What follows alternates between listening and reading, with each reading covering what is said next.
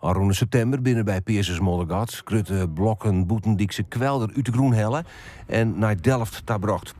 De blokken binnen op Bleert stelt door een zwiere storm. Ik joe het water weer een speciale test op loslitten. Wat we nu te zien krijgen zijn condities die we vaak ook in het veld zien. De proeven die we ook uitvoeren zijn een superstorm. Dus dat we eigenlijk ook willen kijken hoe gebeurt het dan voor de extreme condities waarvoor onze dijken voor zijn ontworpen. Dan praten we dus over golfhoogtes van 2 tot 3 meter hoog.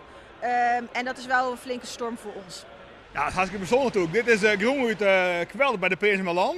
En die groen is hier hingebracht. Je laat volgens mij een hele streep groen. En daar testen we op. En dan testen we eigenlijk wat de invloed van de kwelder is op de golfslag. In de toekomst moeten de dieken vanwege de zeespegelsstijging heger maken worden.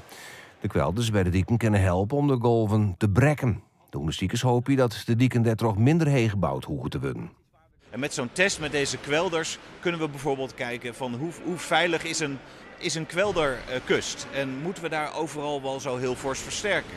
En dat zijn hele belangrijke lessen om uiteindelijk ook het tempo en de kosten te helpen. Maar we hebben een heel stuk, gewoon een enorm stuk voorland kwelders.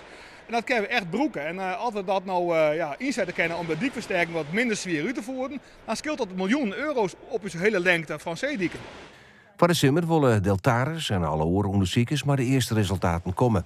Dan kan het wetenschap ik bepalen, had zij de Boetendikse kwelders meenemen in de diekversterking.